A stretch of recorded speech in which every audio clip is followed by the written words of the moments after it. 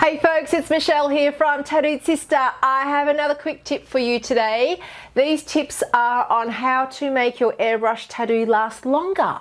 You'll get asked these questions. So there's a few things to avoid.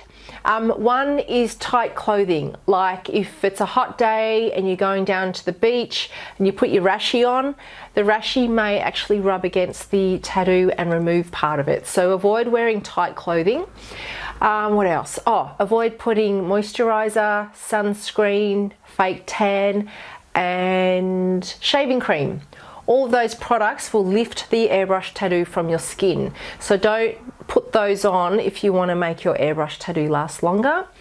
After you've had a shower, you can get it wet, that's fine, but don't rub it with a towel. Just either let it dry naturally or pat it dry with your towel. And there's one way that you can make your airbrush tattoo last forever.